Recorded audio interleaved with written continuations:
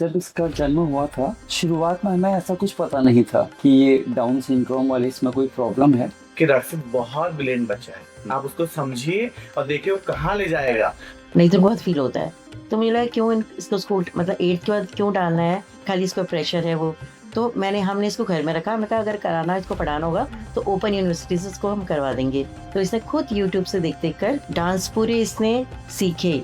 जब इनका परफॉर्मेंस शुरू हुआ तो सारे तो अंदर आ गए स्टेज में, बट ये नहीं आया, ये पीछे ही रह गया।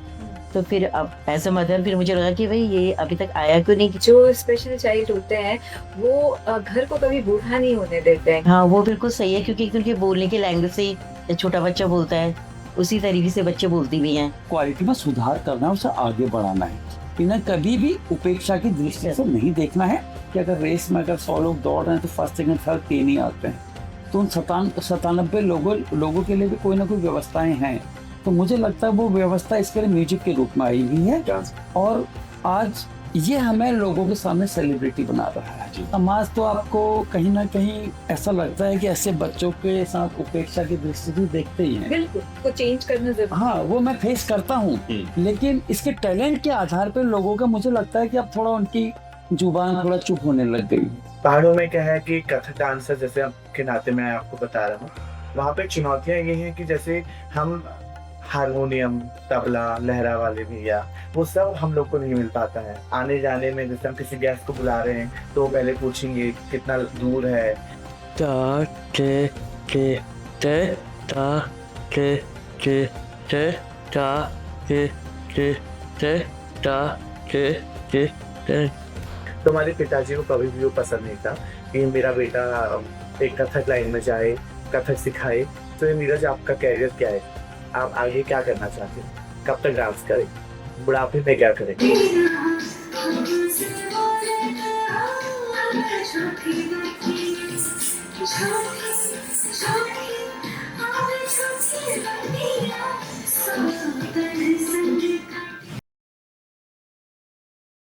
जिन्हें राहों में कांटे मिले उन्होंने फूल उगाए हैं, जिन्हें दुनिया ने ठुकराया उन्होंने इतिहास बनाए हैं। सितारा है वो जो जमीन से चमकता है और पैरों की थाप में अपनी दुनिया रचता है। नमस्कार दोस्तों, आज एक ऐसी कहानी उसमें पहाड़ों की ऊंचाई और कथक की ताल जितनी खूबसूरती है। आइए जानते हैं एक ऐसे बच्चे की कहानी जिसने पहाड़ों की मुश्किलों को अपने घुंघरूओं की आवाज में बदला। वो सितारा जिसने समाज की सोच को अपने पैरों की थाप से बदल दिया, जिसके बारे में लोगों ने बहुत ताने दिए। आज वही बच्चा कथक की झनकार से लोगों के दिलों में एक अपनी खास जगह बना चुका। उत्तराखंड के पहाड़ों में अल्मोड़ा जैसे एक छोटे से शहर से आए, बारिश, भूस्खलन और तानों की चोट झेलते हुए एक बच्चे का संघर्ष, कला के लिए जुनून, समाज को आईना दिखाती हुई एक कहानी जिसकी चमक किसी बड़े शहर की चकाचौंध की मोहताज है। उसकी कहानी में पहाड़ों का संघर्ष है, समाज के ताने हैं और बहुत सारी चुनौतियां, पर इन सब पे भारी पड़ता है सिर्फ एक जुनून, कथक का जुनून। इस कहानी में रक्षित अकेले नहीं है, उनके साथ हैं उनके माता पिता जिन्होंने समाज की नहीं अपने दिल की और अपने बेटे की सुनी, और साथ हैं वो गुरु जिन्होंने पहाड़ों में रहकर एक हुनर को तराशा है। आप सभी का स्वागत है ताल तत्वा की कथक की पॉडकास्ट सीरीज में। सर, आप लोगों का बहुत बहुत स्वागत। धन्यवाद। नमस्कार। तो सर, हम बात करेंगे रक्षित के पिताजी से। जब रक्षित का जन्म होता है और जब एक इंसिडेंट होता है 7 महीने में जब वैक्सीनेशन के लिए जाते हैं तब आपको पता चलता है, तो वो बात हम जानना चाहेंगे। दरअसल जब इसका जन्म हुआ था, शुरुआत में हमें ऐसा कुछ पता नहीं था कि ये डाउन सिंड्रोम वाले इसमें कोई प्रॉब्लम है।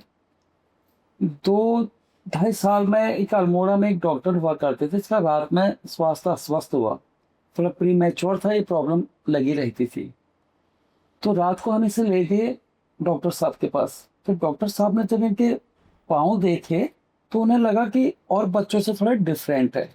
तो उन्होंने मुझसे कहा कि आप ऐसा करिए, इसे कहीं एम्स में दिखाइए, दिल्ली ले जाइए।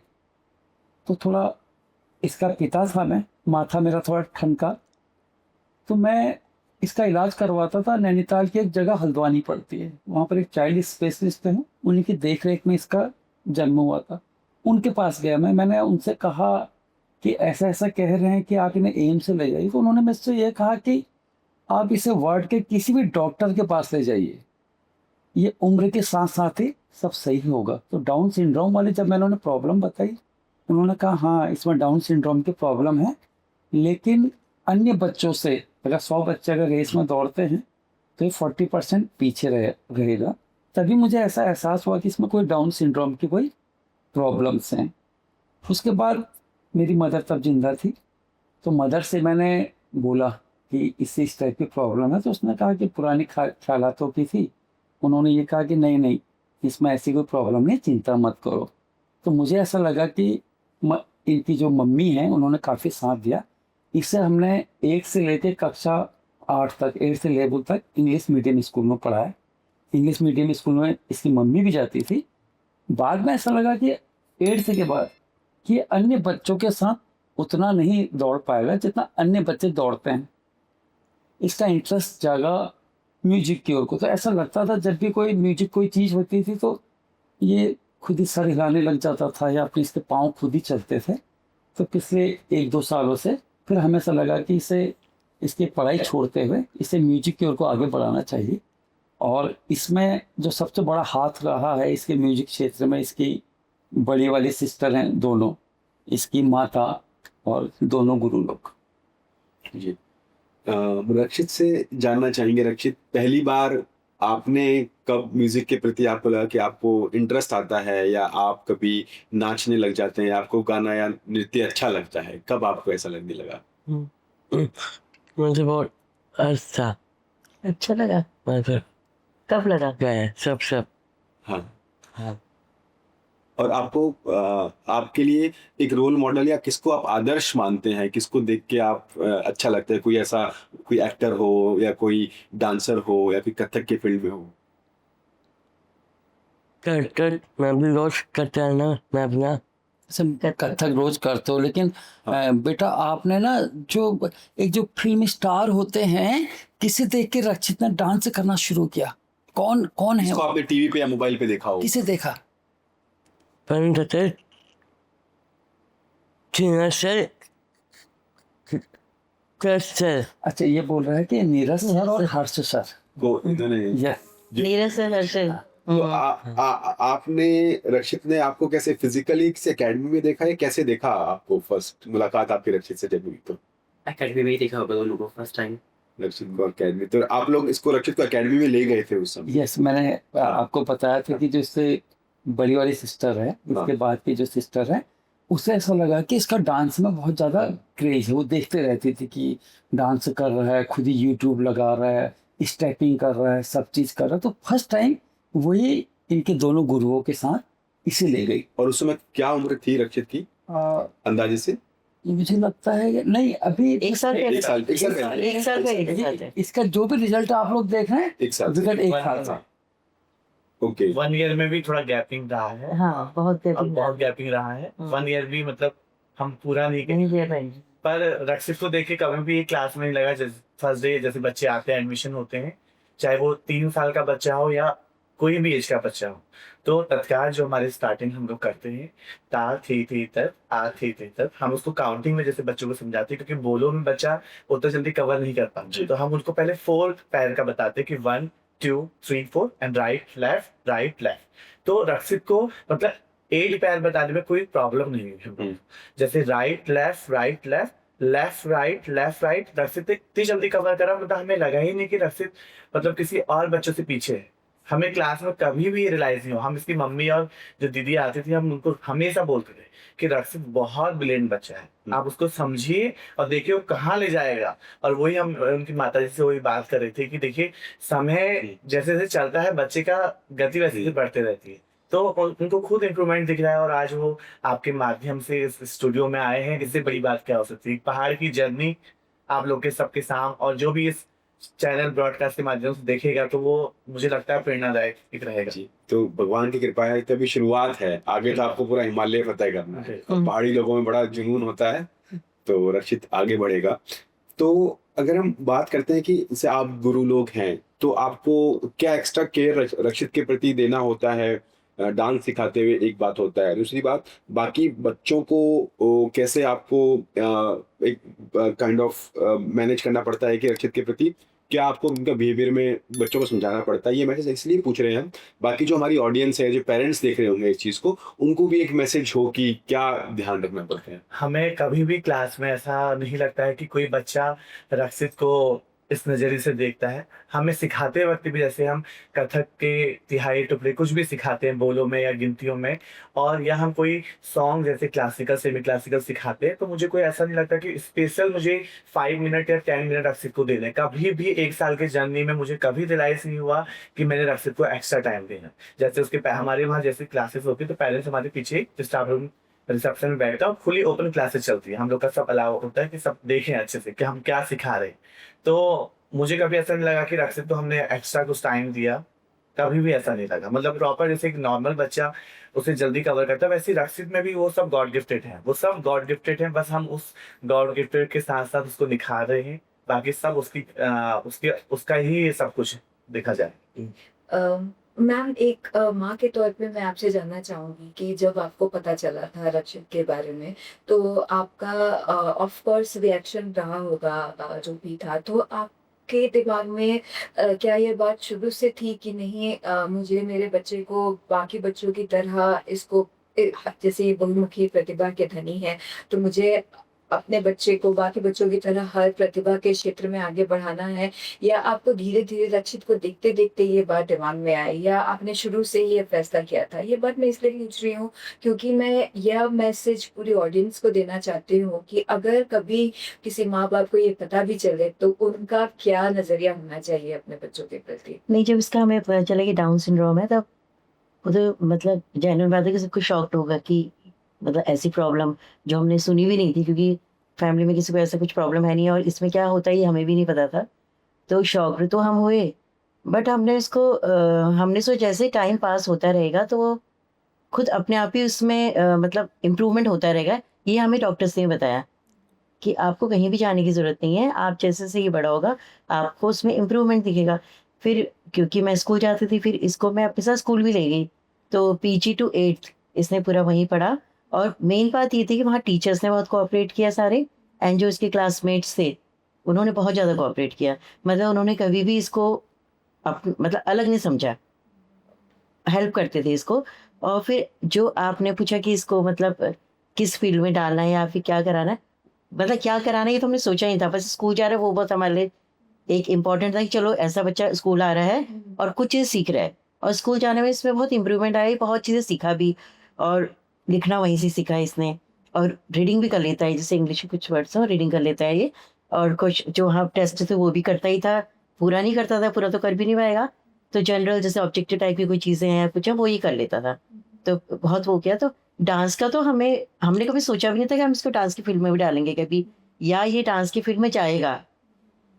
फिर 8 के बाद क्योंकि इस घर में रहने लगा, क्योंकि 8 तक ही हमने इसको पढ़ाया, क्योंकि उसके बाद मुझे ये लगा कि नहीं बच्चों के साथ नहीं कोप अप कर पाएगा, बाकी बच्चे से वो कर रहे हैं वो नहीं कर सकता ऐसे। तो फिर खाली और बात छोटे में तो ये होता है ना कि बच्चा को समझ में नहीं आता कि दूसरे बच्चे के रिएक्शंस क्या हो रहे हैं। और 8th के बाद तो फिर ये होता है कि अगर इसको लगेगा कि बच्चा कुछ ऐसा रिएक्ट कर रहा है और फिर इसको अच्छा नहीं लगेगा, और ऐसे बच्चे वो बच्चे होते हैं जिनको मतलब हमने कभी कोई बैड मतलब उनको हर्ट नहीं करना होता है, नहीं तो बहुत फील होता है। तो मुझे लगा क्यों इसको स्कूल मतलब 8th के बाद क्यों डालना है, खाली इसको प्रेशर है वो। तो हमने इसको घर में रखा, हमने कहा अगर कराना इसको पढ़ाना होगा तो ओपन यूनिवर्सिटी से इसको हम करवा देंगे।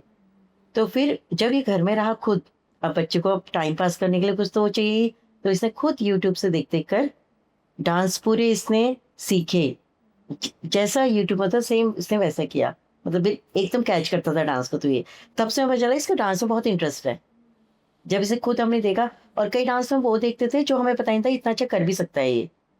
फिर बाद में छोटी बेटी ने कहा क्यों ना, मतलब जब इसको इतना इंटरेस्ट है और फिर इसका एक चीज़ डेवलप भी हो जाएगी तो क्यों ना हम इसको कथक क्लास में ले जाए। फिर हम सर लोगों के पास लगे, तो वहाँ भी मैं सर से पूछती रहती थी कि बाकी ये कर रहा है या नहीं कर रहा है, क्योंकि हम एक अंदर से तो यही था ना कि बाकी बच्चों से अलग है, कर पाएगा नहीं कर पाएगा। तो सर लोगों ने बहुत कोऑपरेट किया, उन्होंने हमेशा कहा कि नहीं मैम ये कर रहा है, हमें इसे एक्स्ट्रा मेहनत की ज़रूरत है, हमें इसका नहीं पड़ती है। तो फिर हम इसे कहते हैं जो सर बताते हैं क्लास में, तो आप उसको घर में प्रैक्टिस करो। तो करता है अभी भी करता है। और बट आजकल मैं इसमें क्या चेंजेस नोटिस कर रही हूँ, पहले तो ये क्या करता था, यूट्यूब से डिट्टो वही चीज़ को खुद करता था देखकर। अभी अगर क्या करता है, ये सॉन्ग लगा देता है और खुद उसमें एक्शंस खुद बनाता है ये। मतलब अभी मैं इसे कहती हूँ, मैंने कहा रक्षित एक बार मतलब जो कर रहे हैं एक बार तो देख ले उसको, फिर उसके अकॉर्डिंग करना। नहीं, उसको नहीं देखता है ये बस सॉन्ग लगा देगा, फिर जैसे जो स्लो होगा तो स्लो एक्शंस करेंगे। ये वाला तो नॉलेज यहाँ से मिल गया है, सारे लोगों से बहुत मिला है इसको, और एक्शंस में भी बहुत चेंजेस आई हैं इसके। तो अब ये ऐसा है कि एक्शन भी खुद कई बार बना लेता है, ये इसमें रहा। हाँ जी, अगर हम आपने बात की थी अभी कि रचित में नेचुरली गॉड गिफ्टेड गुण है, तो हम एक दो गुण जो रचित में आपको लगते हैं वो हम जानना चाहेंगे जो बाकी बच्चों उसमें अलग है, या डेडिकेशन हो सकता है, कुछ भी। मेन तो ये है कि जब रक्षित क्लास में होता है तो मैं बिल्कुल भी, मुझे ऐसा फील नहीं होता कि वो एक स्पेशल चाइल्ड है या कुछ भी। और जब मैं इसके पास जाता हूँ, उसके फेस में डांस को लेके बहुत एक चमक दिखती है मुझे कि डांस में अगर उसके सामने बोलते तो बहुत खुश हो जाता है। अभी भी हम जितनी बार डांस या कुछ बात कर रहे हैं तो बहुत खुश हो जा रहा है। उसके वो डांस म्यूजिक के लिए उसका इतना एक पैशन है, तो बहुत मेन चीज वही है उसमें कि जो डांस के लिए, म्यूजिक के लिए इसका जो पैशन है, मेन तो गुण उसका वही है। और क्लासेस में भी आता है तो अपना घुंघरू खुद बांधता है। बल्कि हम देखते हैं बहुत बड़े बड़े बच्चे भी बहुत सही तरीके से घुंघरू नहीं बांधते, वो अपने घुंघरू क्लास में ठीक करते रहते हैं, लेकिन उसके एक बार भी घुंघरू में पाँव नहीं चलता कि उसके घुंघरू परफेक्ट बनते हैं। और हमें कभी कहना भी नहीं पड़ता कि रक्षित घुंघरू ठीक करो, परफेक्ट घुंघरू बांधता है। तो कभी भी ऐसा फील तो हमें नहीं आता कि वो एक स्पेशल वो चाइल्ड है। और बस यही सब चीज़ें इसकी बहुत। जी जी जी। तो हमने बात करी रक्षित के सीखने की। अब मैं रक्षित की मम्मा से पूछना चाहूंगी कि रक्षित का पहला स्टेज परफॉर्मेंस कब हुआ था? रक्षित ने क्या स्टेज पे भी परफॉर्म किया है? हाँ, इसने किया था, इनका एनुअल फंक्शन हुआ था। ये जो इंस्टीट्यूट जो सर लोग सिखाते हैं, वहाँ एनुअल फंक्शन इसका स्टेज में हुआ था। तो इनका ग्रुप में इन्होंने प्रैक्टिस करी थी। कई समय तक इनका बहुत सारे ग्रुप में इनकी प्रैक्टिस हो रही थी। बट एक्चुअल में जिस दिन इनका परफॉर्मेंस होना था, ये हम तो ऑडियंस थे, हम तो आगे बैठे थे, ये पीछे सारे बच्चों के साथ था। तो जब इनका परफॉर्मेंस शुरू हुआ तो सारे तो अंदर आ गए स्टेज में, बट ये नहीं आया, ये पीछे ही रह गया।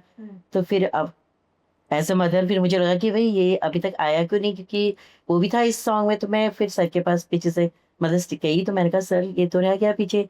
तो सर ने बोला मैम आप रुकिए, आप अभी जो चल रहा है इसे चलने दीजिए, फिर मैं इसका ज़रूर अकेले करवाऊँगा। फिर जब वो ओवर हो गया तो फिर इसका सर ने अकेले सोलो परफॉर्मेंस करवाया।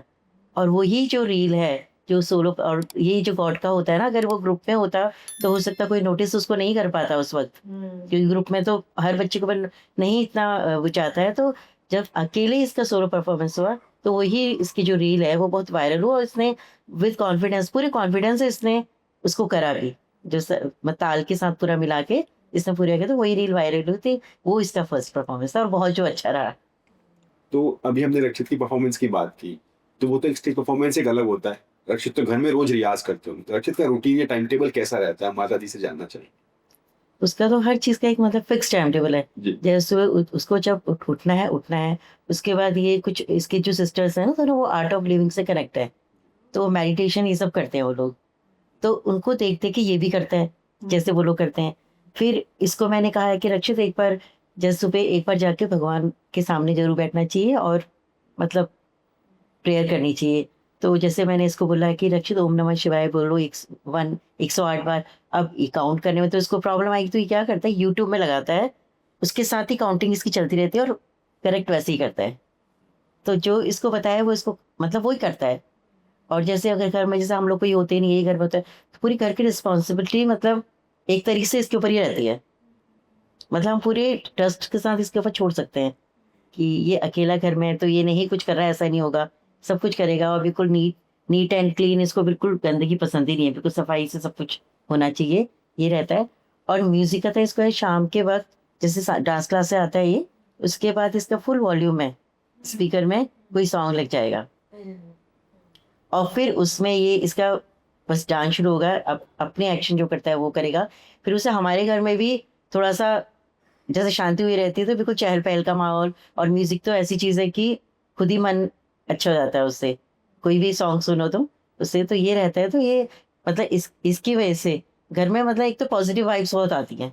जी। इसके साथ रह के ना हमेशा, अगर आपको कुछ प्रॉब्लम भी है ना, तो अगर आप इसके साथ, इसकी सिस्टर्स भी बोलती हैं, अगर हम बहुत परेशान हो रहे हैं या कुछ प्रॉब्लम है हमें, जैसे वो लोग क्या करते हैं, उनके सर में दर्द भी होता है ना, तो रक्षित से बोलते हैं, रक्षित तो अपना हाथ हमारे सर के ऊपर ऐसे रख दे, तो हमको ऐसा फील होता है कि हम रिलैक्स हो गए हैं, पता नहीं कुछ तो बात है। तो फिर ये सब चीज़ें हैं इसके बारे में। मैम, जो तारे ज़मीन पे मूवी थी उसमें ना एक बात कही गई थी, मैं वो जानना चाहती हूँ कि वो सच है कि नहीं। तो मैं वो आपसे जानना चाहती हूँ। उसमें लिखा गया था कि उसमें बोला गया था कि जो स्पेशल चाइल्ड होते हैं वो घर को कभी बूढ़ा नहीं होने देते हैं, क्योंकि जो नॉर्मल बच्चे होते हैं वो नॉर्मल बच्चे क्या, मतलब जो बाकी बच्चे होते हैं वो पढ़ लिख के और फिर थोड़े दिन बाद घर से चले जाते हैं और फिर घर बूढ़ा हो जाता है, हाँ। अकेले हो जाते हैं। हाँ। पर स्पेशल चाइल्ड जो होते हैं वो घर को कभी बूढ़ा नहीं होने देते। तो क्या एज अ माता पिता ये बात सच है? क्या आपको भी ऐसा लगता है कि ये बात सही है? हाँ, वो बिल्कुल सही है, क्योंकि एक उनके बोलने की लैंग्वेज से ही छोटा बच्चा बोलता है, उसी तरीके से बच्चे बोलती भी हैं। क्लियर इनका कुछ होता नहीं है। और इनकी जो सारी एक्टिविटीज़ होती हैं, जैसे मैच्योर अच्छा बच्चा होगा, जो नॉर्मल और मैच्योर बच्चा होगा, उसकी एक्टिविटीज़ कुछ हटकर होंगी ना। इन बच्चों की एक्टिविटी छोटे बच्चों वाली जैसे एक्टिविटीज़ होती हैं, वो एक्टिविटीज़ रहती हैं। तो उसे बहुत ही, वो सही बात है इसमें की गई है कि वो बूढ़ा नहीं होने देते माहौल को। ये बिल्कुल सही बात है। अगर हम बात करते हैं एक्टिविटीज की या बच्चे की, समाज का एक अलग दृष्टिकोण होता है। आप तो बच्चे को, माता पिता हैं, प्यार करते हैं, रक्षित को या अदर बच्चों को, हर बच्चे को प्यार की जरूरत होती है, आप एक्स्ट्रा केयर करते हैं, चाहे वो प्यार समाज से नहीं आता है। तो हम समाज का दृष्टिकोण पहले क्या था, या रक्षित डांस परफॉर्मेंस करने लग गए हैं तो समाज के लोग अभी क्या बोलते हैं, क्या किसी का दृष्टिकोण, नजरिया चेंज हुआ है? इसके प्रति तो मुझे पहले भी नहीं लगा कि जो हमारे आसपास के लोग हैं, या चाहे स्कूल से मैंने देखा, तो कहीं भी मुझे मतलब कोई डिफरेंस नहीं लगा।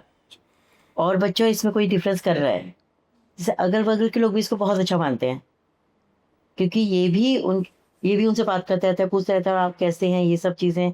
तो वो भी से तो मतलब, और बाहर हमने इसको ऐसे भेजा नहीं खुला, सोसाइटी के अंदर ना हमने इसको ऐसा अकेला छोड़ा नहीं है अभी। जैसे डांस क्लास जाता है तो यही ले जाते हैं, लाते भी यही हैं, फिर बाकी समय घर में रहता है। तो ऐसे अगर जैसे हम सोसाइटी के बीच में छोड़ेंगे ना इसको, तब हमें एक्चुअल पता चलेगा कि लोगों के क्या रिएक्शन है ना। अभी तो ये हमारे घर के अंदर ही है, और आसपास जो लोग हैं वो भी बहुत अच्छा मानते हैं इसको। तो ऐसा तो मुझे कभी ऐसा फील हुआ ही नहीं।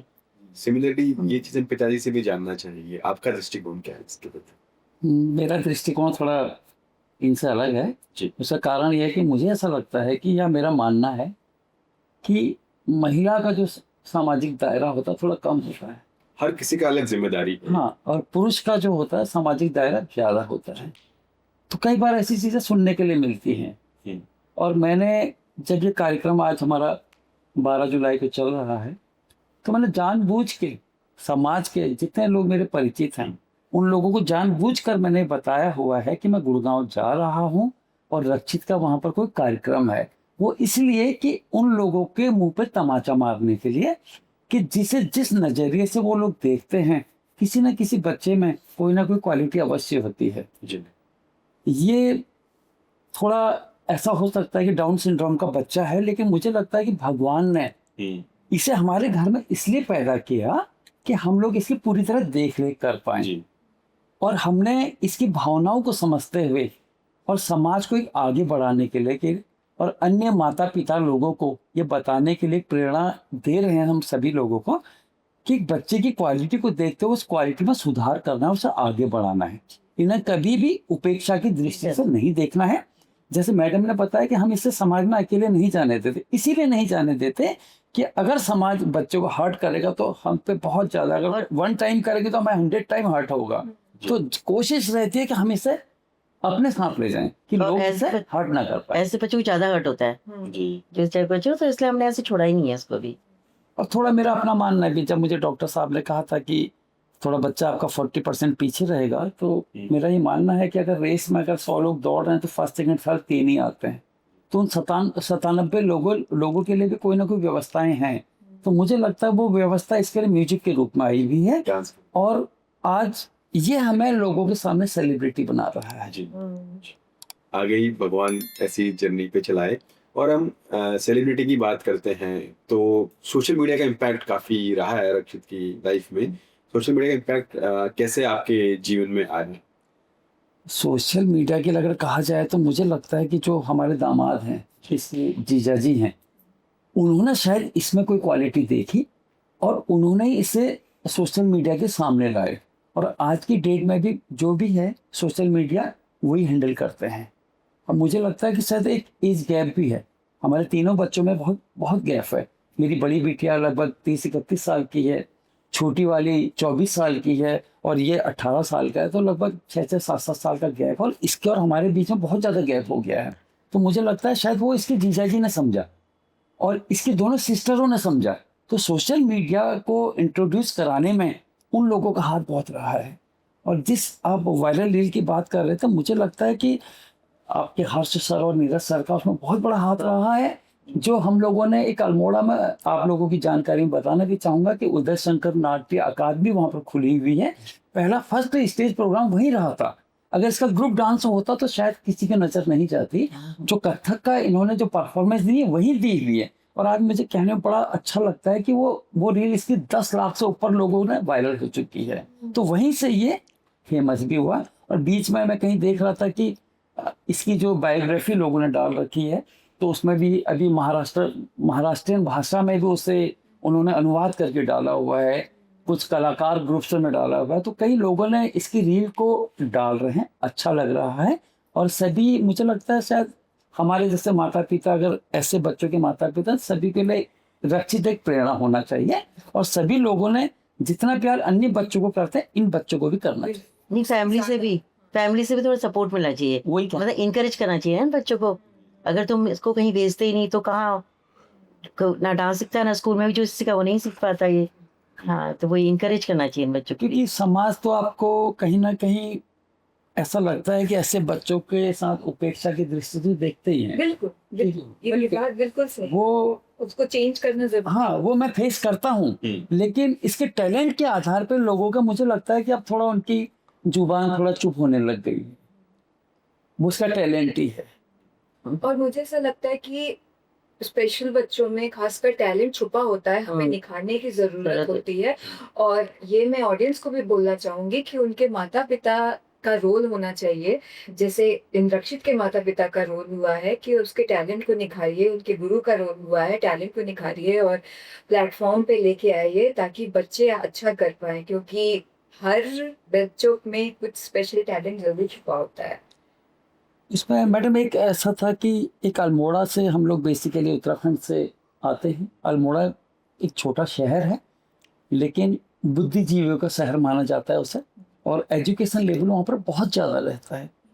तो वहाँ कई लोगों ने हमसे कहा, जब ये 8th तक पढ़ रहा था तो लोगों ने कहा एक स्पेशल चाइल्ड लोगों का मतलब स्कूल है, तो वहाँ पर भेजिए। देखिए, हमें ऐसा लगा कि ये अन्य बच्चों से थोड़ा ऊपर भी है, जी। उन लोगों से बहुत नीचे नहीं है, थोड़ा ऊपर भी है। हो सकता है वहाँ पर जाके कुछ गलत आदतें सीखे या इसकी एक्टिविटीज़ थोड़ा भिन्न हो जाए। तो हमने कभी कोशिश नहीं की कि हम उसे, इस बच्चे को उस इन्वायरमेंट में भेजें, एक अच्छा माहौल देने की कोशिश की। और खुद ही प्यारा होते हुए सभी हमारे परिवार में जितने भी रहे हैं लविंग नेचर के रहे हैं और उन्होंने बहुत प्यार दिया हुआ है इसे। तो अच्छा लगता है कि अगर अन्य माता पिता भी अपने इन बच्चों के साथ, अन्य बच्चों के साथ इनका अगर तुलना ना करें, इन्हें थोड़ा आगे बढ़ाने की कोशिश करें, तो एक समाज एक अच्छी जगह को जाएगा। तो आपने बात की अल्मोड़ा की, छोटा शहर है, बुद्धिजीवियों का शहर है। अल्मोड़ा में बहुत चुनौतियां रहती हैं डांस के प्रति, या परफॉर्मेंसेस वहाँ नहीं होते हैं, कहीं और आपको जाना होता है। तो हम गुरुजनों से जानना चाहेंगे इसके बारे में। देखिए, अल्मोड़ा सांस्कृतिक नगरी है, कल्चर का एक बहुत बड़ा हब है। और हम बचपन से, हमारा जन्म भी अल्मोड़ा का है, हमने पढ़ाई भी से करी, तो हम बचपन से ही इन गतिविधियों में पार्टिसिपेट करते आए, चाहे वो हमारा लोकल फोक डांस हो, कोई भी एक्टिविटी हो, हम उसमें हमेशा बचपन से ही उसमें एक्टिव रहे। तो मुझे लगता है कि मेरा बचपन से एम था कि मैं डांस के अंदर जाऊं, कोरियोग्राफर बनूं। एक हम लोग देखते थे टीवी शो में, शो आते थे, हम सोचते हम भी कभी कोरियोग्राफर बने, तो एक हमारा सपना था। तो हम उस सपने को साकार करने के लिए हमने इंस्टीट्यूट 2012 में पहले ओपन किया, पढ़ाई के साथ साथ इसे रन। तो फिर कुछ कारणवश वो इंस्टीट्यूट क्लोज करना पड़ा, हायर एजुकेशन के लिए बाहर जाना पड़ा टीचिंग के लिए। तो उसके बाद फिर हम टीचिंग में चले गए पूरा अपना लेक्चर ज्योग्राफी पे। तो फिर हमने अपना समय 2 साल स्कूल में दिया। वो सब छोड़ने के बाद हमें रियलाइज़ हुआ कि नहीं, हमारा जो म्यूज़िक है, जो डांस है, वो हमारा सब पैशन छूटते हुए चले जा रहा है। तो फिर हमने सोचा कि क्यों ना हम कोविड टाइम, जो पहला कोविड था उसके बाद हम स्टार्ट करें। तो हम दोनों ने संकल्प लिया कि अल्मोड़ा शहर में, जो बड़े-बड़े शहरों में, महानगरों में एक्टिविटी होती हैं बच्चों को, जो पहाड़ों में नहीं उपलब्ध हो पा रही, हम उसको वहाँ पे डेवलप करने की कोशिश करें। जो बच्चे बाहर की ओर जाना चाह रहे हैं और सीखना चाहते हैं, उसमें अपना करियर बनाना चाहते हैं, हम उन बच्चों के लिए वहाँ पे इंस्टीट्यूट खोलें और उनको बेसिक टू बेसिक हम उन चीज़ों को सिखाएँ। और जैसे पहाड़ों में क्या है कि कथक डांसर जैसे के नाते मैं आपको बता रहा हूँ, वहाँ पे चुनौतियाँ ये हैं कि जैसे हम हारमोनियम, तबला, लहरा वाले भैया, वो सब हम लोग को नहीं मिल पाता है। आने-जाने में जैसे हम किसी गेस्ट को बुला रहे हैं, तो पहले पूछेंगे कितना दूर है। आने-जाने में जैसे हल्द्वानी तक रेलवे स्टेशन है, उसके बाद सब टैक्सियों में आना है छोटी गाड़ी, तो वो सब कन्वे करना, वो सब कनेक्टिविटी जोड़ना, वो थोड़ा-सा वहाँ पे टिपिकल हो जाता है। तो वो धीरे-धीरे सब चुनौतियाँ हैं, पर अल्मोड़ा वासियों का सहयोग, प्यार, पेरेंट्स का, वो सब हमको मिलते हुए आया है। 5 साल की जर्नी में हमें कभी ऐसा महसूस नहीं हुआ कि हम इतना बड़ा काम कर रहे हैं, लोगों के बच्चों को सिखा रहे हैं, उनका आशीर्वाद हम लोग ले रहे हैं, जो कि बड़े-बड़े शहरों में नहीं मिल पाता है। और हम, मुझे लगता है कि हमने जो पहाड़ों में एक डेवलपमेंट किया है क्लासिकल की ओर, वहाँ पे हर एक फैमिली में कि बच्चे को डांस सब लोग सिखाना चाह रहे हैं। तो सब लोग का है, जैसे कोविड के टाइम में स्थितियाँ बहुत, परिस्थितियाँ डाउन हो गई, पर हम लोग को कभी भी उस टाइम भी फेस नहीं करा कि हमने को पता ही नहीं चला कि कोविड चल रहा है। हम लोग को पेरेंट्स का, अल्मोड़ा वालों का, सभी पब्लिक जितनी भी वहाँ पर रहती है, उन सबका प्यार इसलिए मिलता रहा है। तो मुझे लगता है कि चुनौतियाँ बस इतनी है कि संसाधन सीमित हैं, आने-जाने में, ये सब चीज़ों का थोड़ा प्रॉब्लम है। जी। अभी हमने बात की चुनौतियों की। एक चुनौती सोशल मीडिया भी है कि उसके पॉजिटिव चीज़ें भी, नेगेटिव चीज़ें भी हैं। एक चीज़ ये होता है कि पेरेंट्स सोशल मीडिया में देखते हैं, आपके पास किसी बच्चे को लाते होंगे, वो कहते हैं 1 महीना में उसे कथक सिखा दो। ऐसी चुनौती आपको देखनी पड़ती होगी, तो आप उनके लिए क्या मैसेज देना चाहेंगे? क्योंकि ये एक कछुए की चाल वाली रेस है, ना कि खरगोश वाली। देखिए, अभिभावक हमेशा चाहते हैं कि हमारा बच्चा एक अच्छी डायरेक्शन में जाए, और सब पेरेंट्स का एक सपना होता है कि हमारा बच्चा, जैसे हम उसको डांस क्लास भेज रहे हैं 1 डे से, वो महीने में कुछ तो मूवमेंट करे। पर ज़रूरी नहीं कि हर बच्चा 1 महीने में आपको इम्प्रूवमेंट देगा, और ज़रूरी ये भी नहीं है कि वो नहीं दे भी सकता है। वो डिपेंड करता है बच्चे की क्वालिटी, बच्चों की परवरिश कैसे हो रही है, पेरेंट्स को कितना रिस्पॉन्स देने घर आने के बाद कि बच्चा आज तुमने क्लास में क्या सीखा। तो उससे भी बहुत एक एनवायरनमेंट बदलता है। और मुझे लगता है जब पेरेंट्स और टीचर कोऑर्डिनेट करते हैं आपस में, जब पेरेंट्स टीचर के कनेक्टिविटी में रहता है, हमेशा कांटेक्ट में रहता है, तो मुझे लगता है बच्चा बहुत जल्दी इंप्रूवमेंट भी करता है। टच में रहना चाहिए। और चुनौतियाँ यही है कि बच्चे को 1 महीने में डांस कभी नहीं आ सकता, क्योंकि कथक एक ऐसा चीज़ है, पूरा समुद्र फैला हुआ है। आप जब तक ज़िंदा हैं तब तक आपको कुछ ना कुछ सीखना है। हर दिन एक कुछ ना कुछ नई चीज़ इसमें है। तो मुझे लगता है हम तो 1 महीने में क्या, हम उसको पूरे जीवन में भी हम किसी बच्चे को तैयार नहीं कर सकते हो, तो गॉड का एक आशीर्वाद है। तो ये सब चीज़ें हैं। मैं रक्षित से पूछना चाहूंगी, रक्षित, जैसे आपको म्यूजिक सुन के बहुत अच्छा लगता है, तो कथक के बोल में अभी तक आपने क्या क्या सीखा है? तिहाई सीखी है, तोड़ा सीखा है, टुकड़े सीखे हैं, और सबसे अच्छी ताल आपको कौन सी लगती है? कि मैं भी कथक और डांस और थोड़ी संगते और बहुत कथक में मैडम आप एक थोड़ा एक्सप्लेन कर दो उसे। ये कथक में क्या क्या पूछ आप सकते या हैं? गुरुजी बता पाएंगे। हाँ, वो सर बता पाएंगे ना। क्या बोला अच्छा? कथक में क्या मतलब ये बोल वो रहे हैं? क्या 3 ताल वगैरह क्या 3 ताल बोल लेता है। 3 ताल बोल देते हो रक्षित? आप तीन बोल के तात है, हाँ बोल के एक बार 3 सुनाओगे ताल आप? बोलते हो ना, धा दिन दिन धा। आता है ना, धाकिन दिन तक? कर देगा। कथक हाँ हाँ हाँ हाँ, एक बोलो बार भी। बोल के सुनाओ। अच्छा, उस कैमरे वहाँ सामने देख के बोलना, वो वाले कैमरे के सामने। कैमरा ये वाला अजोने हाँ हाँ ऐसे चलेगा सब कुछ। हाँ, किशोर कीजिए। शुरू। वो सही बोलो। ता के ते ता के ते ता के ते ता के ते। Very good. Very good. तो रक्षित, आपका फेवरेट ताल 3 ताल है, आपने बताया। तो 3 ताल में आपने टुकड़ा, तिहाई सब सीखा है? हाँ सीखा है आपने? हाँ वो तो आप कुछ करके हमें बताना चाहेंगे? अगर नीरज सर पसंद करे तो आप करके दिखा पाएंगे? कत्था करके दिखाओगे ना यहाँ पे? आप कट अगर कट हाँ कर दे। हाँ कर अगर दे। मन है तो करके दिखाइए आप। नहीं उसका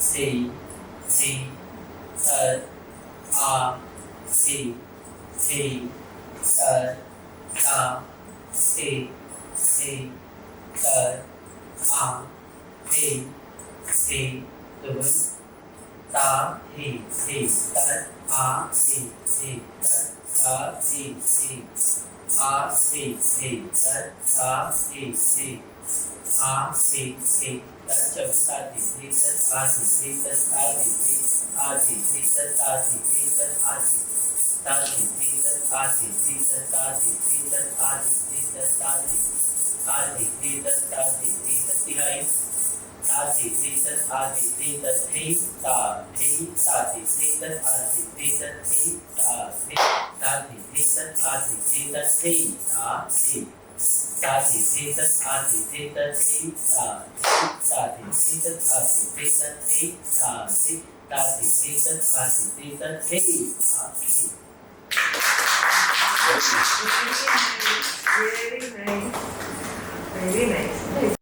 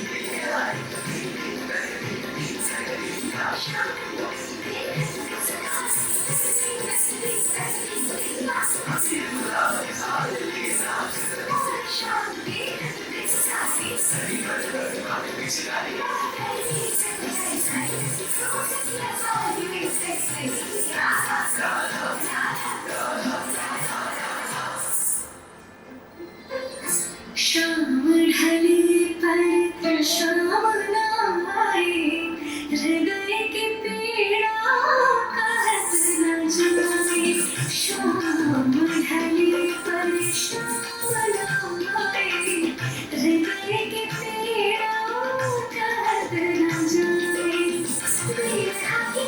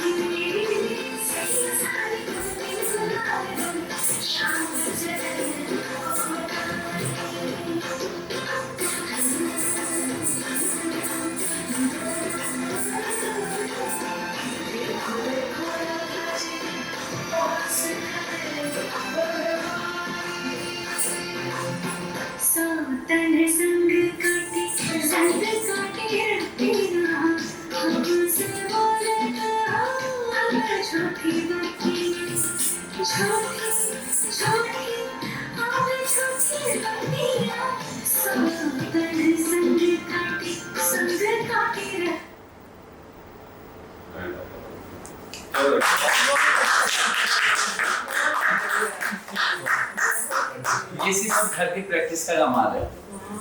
ये इतना सुंदर।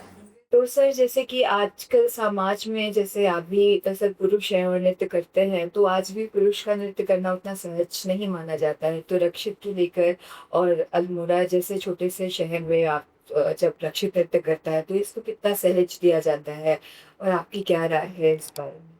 देखिए, हम लोग जहाँ से आते हैं अल्मोड़ा, वहाँ पे अभी मतलब इतना डेवलपमेंट नहीं हुआ है कि लोग उसको एक अच्छी नज़र से देखें कि लड़का डांस कर रहा है। दूसरा कथक, अरे कथक सीख रहा है, तो वो सब चीज़ें भी हमारे समाज में डेवलप नहीं हो पाया है।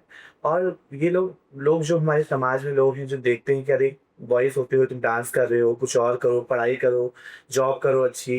ये हमारे पेरेंट्स में भी रहा है, हमारे फैमिली में भी रहा है, हर समाज में एक इंसान को ये सब चीज़ का देखना पड़ता है। जैसे हम भी बचपन में सीखने जाते थे तो हमारे पिताजी कभी इसके खिलाफ थे कि हमारा बेटा डांस नहीं सीखेगा, क्योंकि हम छोटे थे घर में और हमारा बहुत मन था। मतलब हम बचपन में जैसे मम्मी पापा दोनों जॉब में थे तो हम घर आते थे स्कूल से, अपना घुंघरू पहनेंगे, तत्कार करने लग जाएंगे, मतलब खूब शौकीन से 3-4 घंटा हम पहन के घूमेंगे।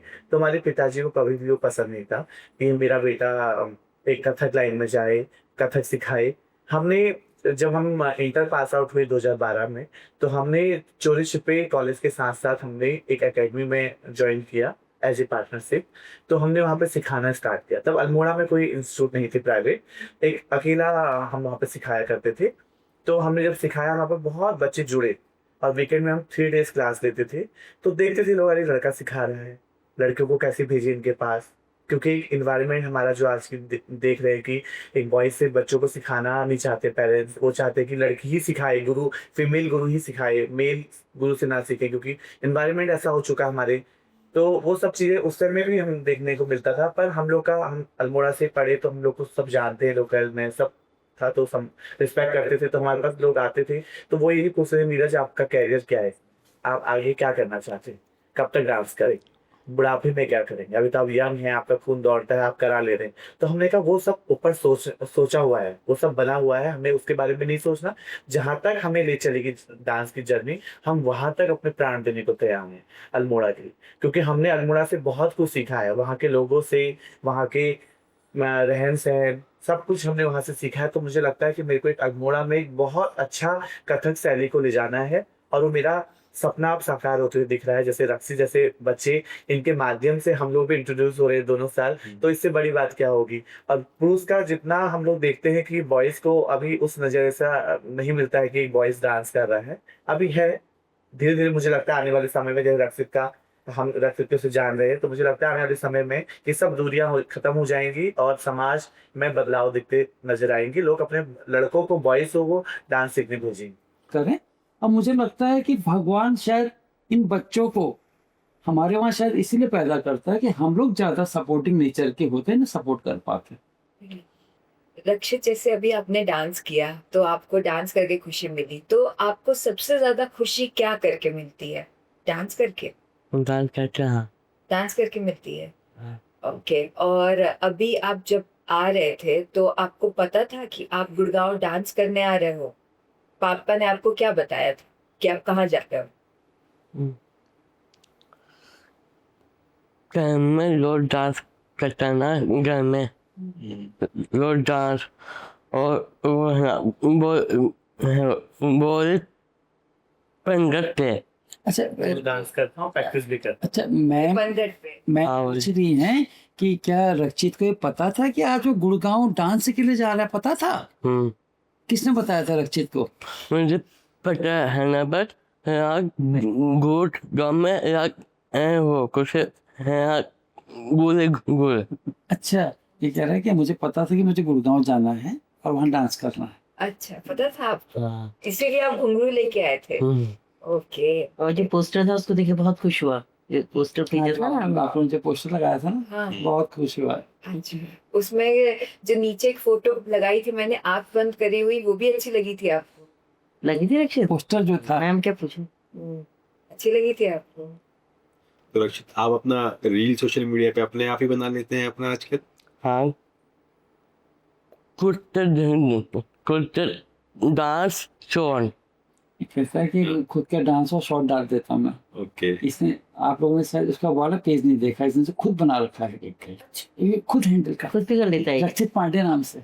ओ, एक तो अलबेला रखी अलविदा थी। रखी जैसे जीजू करते हैं, हाँ। इसने खुद का बना रखा, खुद ही उसमें एडिटिंग करता डाल देता है। ओहो। एडिटिंग इसने असल में अपनी जीजा जी को देखा ना किस तरीके से करते हैं, खुद ही कर देता एकदम ये चीजें बहुत जल्दी नोट करता है ये, अरे वाह। है। हाँ, ये खुद तो फिर ये कर लेता है, वो एडिटिंग भी कर लेता है ये। कई चीजें मोबाइल में मुझे इससे पूछनी पड़ती है, ये रक्षित कैसे होगा, तो पूरा समझा देता है।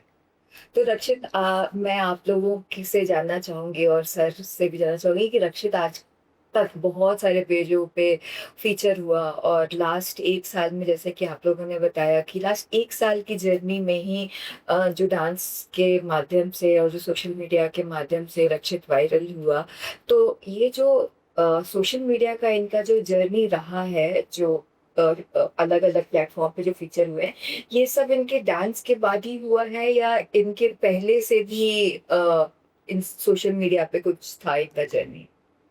अच्छा, हमें तो पता ही नहीं था कि रक्षित सोशल मीडिया में इतना शोर मचाया है। सच बताऊं, उसके पेरेंट्स बोलते थे कि सर ये वीडियो बनाता है, हमने कभी नोटिस नहीं किया, हमने इसको अपने इंस्टीट्यूट पेज से भी कभी देखा नहीं।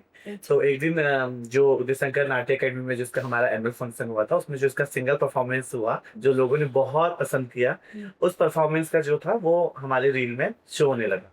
तो हमने देखा ये तो रक्षित है, ये किसकी आईडी है, हमने खोला, हमने कहा तो रक्षित है, पूरा सब कुछ रक्षित का ही है। हमने तुरंत हर्ष को फोन मिलाया, हर्ष देखिए रक्षित तो वायरल हो रहा है इंस्टाग्राम में, इस पर 10 मिलियन व्यूज है। फिर नेक्स्ट दिन उसके फादर क्लास में आए, हमने बोला रक्षित तो बड़ा इंस्टाग्राम में वायरल हो रहा है और हम देख रहे हैं इसका वीडियो में बहुत अच्छे व्यूज आ रहे हैं, इसका डांस का डालिए आप। तब हमें पता चला कि रक्षित तो पूरा इंस्टाग्राम में पहले ऑलरेडी ही वायरल हो चुका है, और वो अपना जो क्लास में सीखता है वो सारे मूवमेंट, जैसे अभी उसने गाने में भी किया, जो हम क्लास में से रंगमंच का टुकड़ा सिखाते हैं, कुछ चीजें उस टाइम उसने उसके डाले, जैसे कवि सिखाई है कृष्ण की, वो उसने डाला। मतलब वो सब इतना अच्छे से करता है, मतलब मुझे लगता है हम भी नहीं कर पाएंगे जन्म में। सच बताओ, हम भी इतने बड़े बड़े गुरुजनों के पास जाते हैं, देखते हैं उनका, मुझे लगता है हम भी उनसे कुछ नहीं ले पाते होंगे इतने एक क्षण में। वो बच्चा इतना ले लेता है, हम देखे रह जाते हैं उसको, कि वो तो सब गॉड गिफ्टेड है सच में।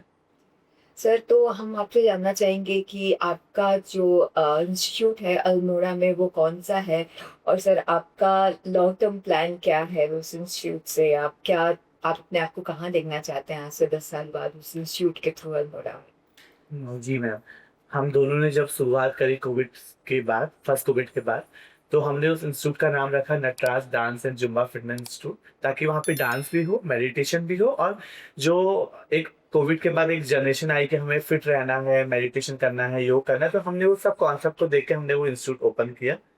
तो हम लोग उसको बहुत ऊंचाइयों तक देखना चाहते हैं। हम चाहते हैं कि अल्मोड़ा, जैसे हमारी 2 ब्रांचेस है अल्मोड़ा में, तो हम चाहते हैं कि जैसे रानीखेत, बागेश्वर, पिथौरागढ़, हमारे स्टूडेंट ऐसे जैसे हम उनसे सीख रहे हैं, और वो जगह जगह पे जाके उस ब्रांचेस का ओपनिंग करें और वहाँ पे सिखाएं जो भी हम उनको सिखा पाए हैं, और उसके बाद वो अपना स्टार्टअप करें, क्योंकि उसमें भी वो अपना कैरियर बना सकते हैं। हम हर एक बच्चे को, जो सीनियर बच्चा आता है, हम उनसे यही बोलते हैं कि आप अब हमने जो किया उसको सीख के आप भी उसका डेवलपमेंट करें, क्योंकि अल्मोड़ा इतना बड़ा शहर है, हर कोने पे से बच्चा एक इंस्टीट्यूट में आना पॉसिबल नहीं है। तो हम चाहते हैं कि अल्मोड़ा में हर कोने कोने पे नटराज के इंस्टीट्यूट हो और सारे स्टूडेंट हैंडल करें, बस हम उनको गाइडेंस करें। और वही हमारी तमन्ना है कि रक्षित भी अपने जहाँ पे उनका निवास स्थान है वहीं पर वो खोले अपना इंस्टीट्यूट आने वाले समय में, और हमारा पूरा सपोर्ट रहेगा दोनों का। और हम चाहेंगे कि रक्षित वहाँ पे सिखाए और लोग प्रेरणा देके, लोग दूर दूर से उससे मिलने आए, जैसे लोग आते हैं कि उस जगह को टारगेट करके हमें वहाँ जाना है, तो हम चाहते हैं कि रक्षित से मिलने लोग आए, और उससे इंस्टीट्यूट का भी एक नाम होगा और ग्रोथ बढ़ेगी, और बच्चे रक्षित से बहुत कुछ सीख पाएंगे कि हमें कैसे सेल्फ कैसे होना है। ये हमारा एक वो है। बिल्कुल सर, बिल्कुल सर। सर, हम जैसा कि हमने सोचा था, हम लास्ट में आपसे एक दरख्वास्त है कि रक्षित की अकेले की काफ़ी फोटोज़ है और वीडियोज़ है, पर रक्षित और रक्षित के सर का, गुरुजनों का एक साथ एक भी वीडियो नहीं है और ना ही फोटो है। तो हम आप लोगों से एक विनती करेंगे कि अगर एक छोटा सा एक वीडियो या एक फोटो अगर रक्षित के साथ आप लोग का बन जाए, या एक डांस की कोई तिहाई बन जाए कथक की, तो हम वो वीडियो लगाएंगे ताकि अगर रक्षित के हमारे चैनल के थ्रू रक्षित का अगर वो वीडियो भी रक्षित अपने चैनल पे डाले तो आप लोगों का भी वो हो जाएगा बिल्कुल मैम, एक अवश्य। वीडियो। तो एक सर हम लोग चाहेंगे कि आप गुरुजनों के साथ रक्षित का एक कुछ हो जाता एक नृत्य का छोटा सा पेश तो वो जी। हमारा हम लोग डालते हैं अपने चैनल पे और हमारा सौभाग्य है कि रक्षित हमारे साथ नृत्य करे। हाँ, वही जो सर ने ही बोला कि मतलब ये बच्चा खुद अपना इंस्टीट्यूट खोले, तो जो कमेंट पढ़ती हूँ मैं इसके, क्योंकि सारे कमेंट हम पर इसके पढ़ते ही हैं, तो उसमें कई लोग ये लिखते हैं कि ये अच्छा कोरियोग्राफर बन सकता है, और ये अगर अपना खुद का वो खोले, और स्पेशली जो स्पेशल चाइल्ड्स होते हैं इनके लिए अगर खोलेगा तो ये बहुत अच्छा उन बच्चों को हैंडल कर पाएगा, उनको अच्छी तरह से सिखा पाएगा। ये बच्चा फ्रेंडली बिहेवियर में भी, और ये बहुत अच्छे से सिखा पाएगा। तो ये कहना चाहती हूँ मैं, जो सर कहते हैं वो ठीक बात है, मतलब कर सकता है ये। हम्म। और आप क्या बोलना चाहते हैं? आराम से कैमरा देख के बोलो। ठीक है। ये जैसे ऐसे दोनों डांस ऐसे करते हैं, ये दोनों डांस क्लास करते हैं, वो आर्टिस्ट क्लास करते हैं जैसे ऐसे। वो कह रहे हैं कि नीरज सर और हर्ष सर बहुत अच्छे ढंग से डांस सिखाते हैं मुझे, आते थे जो अपने उसे कह रहा था, वो मुझे ही सिखाते हैं, बहुत अच्छे ढंग से सिखाते हैं। वो पढ़ाई करनी अच्छी लगती है या डांस करना अच्छा लगता है? मुझे तो डांस करना अच्छा लगता है। और डांस करके आपको, और डांस में आपको क्या क्या अच्छा लगता है? जैसे इंस्टीट्यूट जाके आप सबसे पहले क्या करते हो? फिर बोले सर नहीं, क्लास जाके क्या करते हो जब क्लास में डांस में आते तो हो? पहले जब क्लास स्टार्ट होती है, नीरज सर जब या हर्ष सर सिखाते हैं, तो सबसे पहले रक्षित क्या करता है वहां जाके? सबसे पहला पहले प्रणाम करता हूँ मैं, पहले गुरु जी को प्रणाम करता है। ओके। उसके बाद और- डांस की प्रैक्टिस होती है। हाँ। ये और बात में घुंघरू पाटना है ना। कहते हैं कि बाद में घुंघरू पाड़ना है ना। हाँ।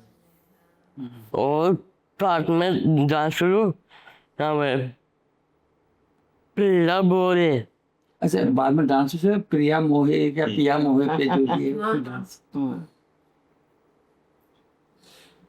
अच्छा, रक्षित को पढ़ाई अच्छी नहीं लगती? ना, यही मैं पूछना चाहता, आप ये पूछे कि इससे पढ़ाई अच्छी लगती है डांस? तो ये थे रक्षित पांडे, उनके माता पिता और गुरु जी के साथ।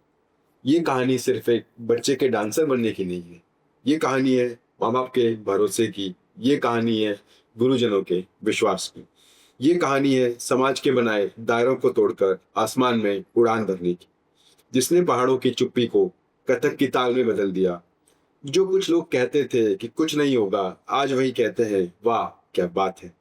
रक्षित की कहानी हमें बताती है हुनर किसी शहर, किसी सुविधा या किसी शारीरिक मानसिक स्थिति का मोहताज नहीं। अगर हौसलों में दम हो तो अल्मोड़ा की पहाड़ियों से भी कथक के सितारे जमीन पर उतर सकते हैं।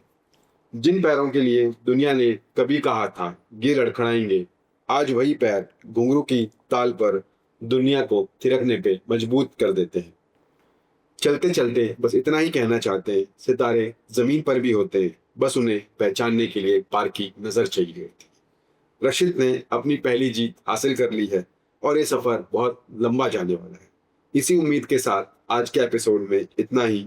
फिर मिलेंगे एक नई कहानी के साथ, एक नई शख्सियत के साथ। सर, आप लोगों का बहुत बहुत धन्यवाद। रक्षित, आपका बहुत बहुत धन्यवाद, आप यहाँ आए। Thank you so much. Thank you so much ma'am.